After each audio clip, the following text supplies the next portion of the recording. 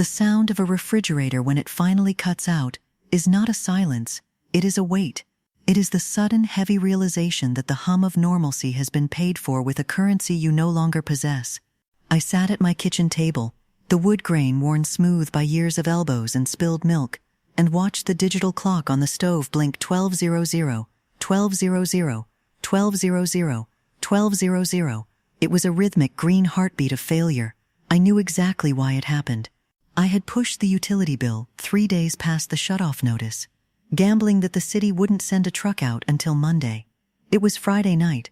My daughter Maya was sleeping in the next room, her breathing rhythmic and slightly whistled, the sound that usually kept me awake with anxiety, but tonight it was just the metronome for my own calculation. I opened my laptop. The screen was too bright, a clinical white glare that made my eyes ache. I didn't need to look at the balance to know it was low, but I needed to see the numbers to believe they were real. $12.42. That was the remaining life force of our household, until Wednesday. I pulled a yellow legal pad toward me. This was the 2 a.m. math, the invisible war of the checkbook that no one sees, because it happens in the dark, under the cover of a sleeping house. It is a geometry of survival, where the lines never quite meet. In my peripheral vision, my phone buzzed. A notification from a social media app. I shouldn't have looked. I knew I shouldn't have looked. But the blue light was a magnet. There he was. My ex-husband Mark stood on a white sand beach, his arms outstretched, eyes closed in a curated expression of serenity. The caption read, "Finding my center at this healing retreat, grateful for the space to breathe and realign. The salt air is the only medicine I need." The irony was a physical sensation in my throat, a dry, sharp constriction. Maya's inhaler was sitting on the counter, the plastic casing cracked at the base, and I knew there were only 3 doses left. I looked at the legal pad. The math was immutable. The utility reconnection fee was $75. The inhaler copay was $50. The gas tank in my car was hovering just above the red line, and I had a 20-mile commute to the dental office where I worked as a receptionist. There is a specific kind of exhaustion that isn't about sleep. It's a cellular depletion. It's the feeling of holding up a ceiling with your bare hands and realizing that if you shift your weight to scratch your nose, the whole structure collapses. I reached into the pocket of my cardigan and felt the small, hard shape of the object I'd been carrying for 3 weeks. It was a silver locket, heavy and cold. It had belonged to my grandmother. Inside was a picture of her as a young woman in Poland, and a small lock of my mother's hair from when she was a baby. It was the only thing of value I had left that wasn't bolted to the floor. The air in the kitchen began to grow warm. Without the hum of the fridge, the house felt porous, as if the night was leaking in through the walls. I got up and walked to the refrigerator. I opened the door, and the smell of cooling milk and wilting spinach drifted out. It smelled like the end of something. I took out a carton of eggs and set them on the counter. If I boiled them all now, they might last a few days without spoilage. This is what they don't tell you about poverty. It's not just the absence of money. It's the constant, high-stakes management of ruin. It's the way your brain becomes a calculator that only performs subtractions. I thought about the word healing. Mark used it like a shield. He had left 18 months ago, claiming he was suffocating under the weight of domesticity. He told the mediator he needed to find himself before he could be a consistent father. Finding himself apparently involved a $5,000 yoga excursion to Tulum, while I was sitting in a dark kitchen deciding which basic human necessity was the most optional. He hadn't sent the child support payment this month. He said the retreat was an investment in his future stability, which would ultimately benefit Maya. I looked at the locket on the table. The silver was tarnished, a dull gray that seemed to absorb the stove's blinking light. I had promised my mother I would never part with it. I had told her it would be Maya's one day, but Maya's lungs didn't care about heritage. They cared about albuterol. I picked up the pen and wrote the number 50 at the top of the page. Then I wrote 75. Underneath, I wrote the word gas. I stared at the list until the letters blurred. There is a shame in this that is hard to name. It's not the shame of being poor. It's the shame of being the only one who cares that you are. It's the shame of the quiet miracle. Every morning, I woke up, did my hair, put on a professional blouse, and sat at a desk, greeting patients who complained about their insurance premiums. I smiled. I offered them water. I scheduled their cleanings. No one knew that I had walked 2 miles to the bus stop because I was saving the last gallon of gas for an emergency. No one knew that I was eating the crusts of Maya's sandwiches for lunch. The silence of the house was interrupted by a cough. It was a dry barking sound from the bedroom. My heart skipped. I stood up and moved through the dark hallway, my hands skimming the walls. Maya was tangled in her sheets, her forehead damp. I sat on the edge of the bed and put my hand on her chest. I could feel the rattle. It was faint, like a trapped bird fluttering against her ribs. "Mama?" she whispered, her eyes fluttering open. "I'm here, baby. You're okay. Is the power out?" she asked, noticing the lack of the nightlight's blue glow. "Just a little flicker," I lied. The lie felt like a stone in my mouth. "Go back to sleep. I'm fixing it." I stayed there until her breathing leveled out, but the rattle didn't go away. I went back to the kitchen and looked at the locket. I felt like a thief. I was stealing from her future to pay for her present. But the alternative was a phone call to Mark, asking for the money he owed us, which would result in a lecture about my scarcity mindset and how my negative energy was the reason the finances were tight. I couldn't do it. I couldn't give him the satisfaction of hearing the tremor in my voice. I picked up the locket and a small velvet bag. I would go to the pawn shop on the corner of 4th Street as soon as they opened at 9 a.m. I calculated the bus route. If I left at 8:15, I could be there when the gate rolled up, get the cash, hit the pharmacy, and then get to the utility office before they closed for the weekend. It was a tight window. It required everything to go perfectly. In my life, nothing ever went perfectly. The morning light was gray and unforgiving. It showed the dust on the baseboards and the pile of mail I had been avoiding. I dressed Maya in her favorite yellow shirt. I told her we were going on an adventure, which is the code word for we are doing something difficult that I need you to be brave for. We walked to the bus stop. The air was crisp, and I watched her closely, terrified the walk would trigger an attack. Every time she breathed in deeply, I held my own breath.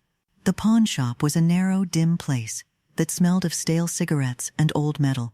The man behind the counter didn't look up when I walked in. He was busy cleaning a glass case filled with watches. I placed the locket on the black velvet pad. "I'd like to sell this," I said. My voice sounded thin, like a radio station losing its signal. He picked it up with a pair of tweezers, his loupe pressed to his eye. He didn't see the history. He didn't see my grandmother's kitchen in Krakow, or my mother's first steps. He saw 925 sterling silver and a generic hinge. $40, he said. "It's an antique," I said, my voice rising. "The craftsmanship alone is worth more than that. And the sentiment." "I don't pay for sentiment," he interrupted, looking me in the eye for the first time. He wasn't mean. He was just finished. 40 is the best I can do. Silver is down. I felt a wave of nausea. $40. It wasn't enough for the inhaler and the light bill. It wasn't even enough for the inhaler copay. If the pharmacist decided to be difficult about the brand name, I looked at the locket. I thought about the lock of hair inside. I thought about Mark's healing photos. "I'll take it," I said.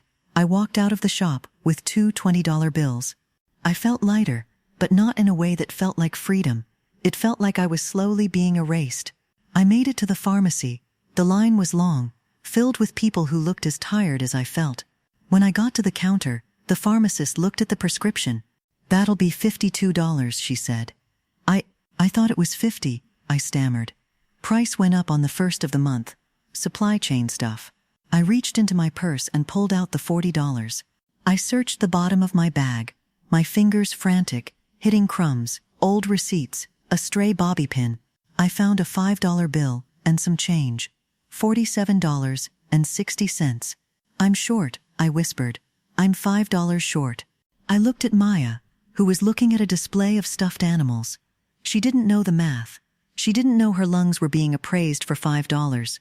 The woman behind me, an older lady in a faded floral coat, stepped forward and tapped a $5 bill on the counter.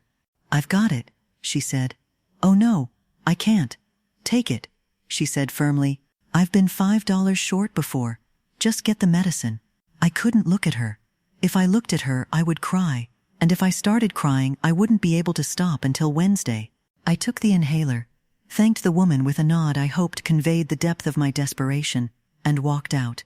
The bus ride to the utility office was a blur. I sat there with the inhaler in my lap, clutching it like a talisman. I had the medicine, but the lights were still off. The egg carton was sitting on my counter at home, the contents slowly warming. I had failed the second half of the 2 a.m. math. When I got to the utility office, the waiting room was packed. A digital screen told me I was number 42. They were currently serving number 11. I looked at the clock. It was 3:45 p.m. They closed at 5 o'clock. I sat down on a hard plastic chair. Maya leaned against my arm and started to cough. It was a deep, wet sound this time. I took the new inhaler out of the box, primed it, and held it to her mouth. "Big breath, baby," I said. As she inhaled, the sound of the medicine puffing into her lungs felt like the only victory I would get. I watched the clock. At 4:50 p.m., my number was called. I walked up to the plexiglass window. The woman on the other side looked like she had seen 1,000 versions of me today. "I need to pay my bill and get my power turned back on," I said. I don't have the full amount, but I can pay $40 today. The minimum for reconnection is $75, plus the outstanding balance, she said, her voice a flat monotone. "Please," I said, leaning closer to the glass. "I have a child with asthma. It's the weekend. My fridge is off. I just need a grace period. I get paid on Wednesday.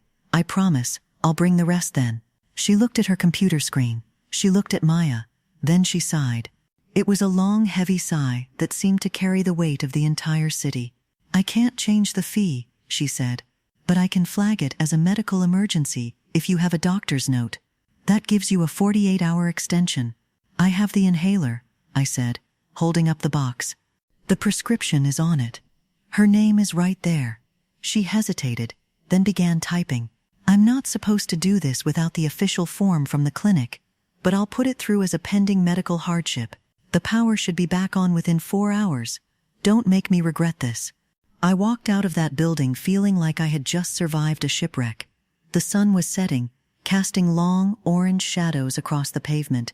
I had $40 left in my pocket from a second pawn, a gold wedding band I'd hidden in a shoe, which I had done while Maya was looking at the stuffed animals. It was enough for gas and a gallon of milk. When we got home, the house was still dark. I lit a candle and sat on the floor with Maya. We played I Spy in the flickering light. Around 8 p.m., the overhead light in the kitchen suddenly flared to life. The refrigerator groaned, sputtered, and then began its low, steady hum. I stood up and went to the kitchen. I put the milk in the fridge. I looked at my legal pad. The 2 a.m. math was solved for today, but the board was already being cleared for tomorrow. I knew that on Monday, I'd have to find a way to get that medical form from the doctor, which meant a copay I didn't have. I knew that the pending hardship was just a stay of execution. I sat down and opened my laptop. I went to Mark's page. There was a new photo. He was sitting around a bonfire with a group of people, all of them laughing, their faces illuminated by the orange glow. "Grateful for this community," he wrote. "Realizing that true wealth isn't about what's in your bank account, but what's in your soul." I stared at his soul. I stared at the bonfire. I thought about the silver locket that was now sitting in a glass case on 4th Street. I thought about the woman who gave me $5 because she knew what it felt like to be short. I didn't feel grateful. I didn't feel centered. I felt like a soldier who had just cleared one trench, only to see 10 more stretching out to the horizon. But I stood up, walked to the fridge, and checked the eggs.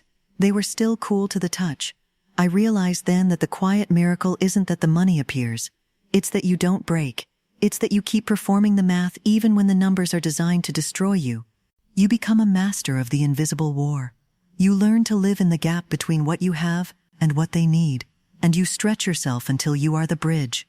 I went into Maya's room and watched her sleep. The rattle was gone, replaced by a clean, silent breath.